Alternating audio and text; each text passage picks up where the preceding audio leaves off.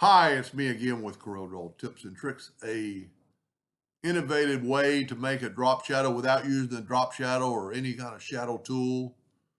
It's relatively easy, and I thought I'd show you how to use a few tools. I'm just going to type out the word text. And another little insight, if you want a thicker text, which is Arial Black, of course, I just recently used it. But if you go to Arial right here, you're going to have all your Arial, and we can make it Arial Black.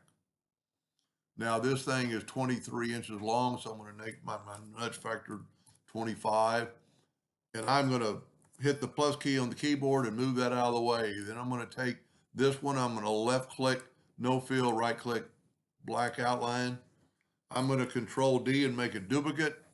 And by hand, I'm just going to move that duplicate down, kind of where I would want it, like right there.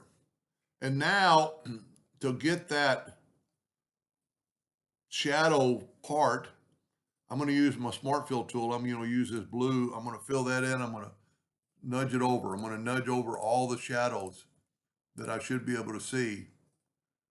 I don't really want that other one. I just want that. And that's pretty cool just in itself. Now I'm going to left click, right click, and I'm going to group them together. Now I'm going to make these lines a little bit differently. You could very easily take a 2-point line. Well, I'm already in that program. I need to get out of it. That's what I was going to show you. I was going to show you that in a second. So if you just want one line, well, I'm making a few. Well, let's just use this way. And then let's make tell you what, let's delete that and let's make 50 lines. Whoop. And we'll make them 0.1 apart. Then I'm going to make one line and see what it did. But you can now take that and stretch those lines out, just big enough to encompass this. Now, of course, you could have made a line and just duplicated it. Now, these lines are basically all not together. So we're going to control G to group it. We're going to go ahead and make them red for this part. And we're going to make them a little, it doesn't really matter right now what size you make them, because when we do this, it's going to change it. And then we can go back and change it again.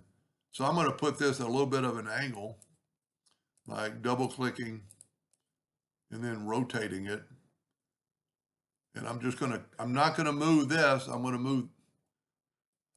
move this and make sure I get all the shadow. I'm going to have to nudge this out of the way for just a second. I really don't even need it. Let me just get rid of that. Now I'm going to make sure I select both of them, and I'm going to go to the intersect tool. Now I'm going to nudge that over, and you just see I just got the shadow. So now I'm going to grab the text itself to have an outline around it. And at this time, you can make it any color you want.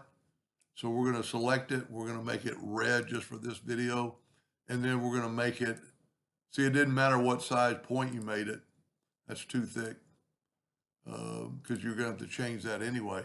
Now, remember, the whole time we did not move, we nudged. So when we nudge that over, you get that look. Anyway, I hope that gave you a few ideas, and thank you for watching.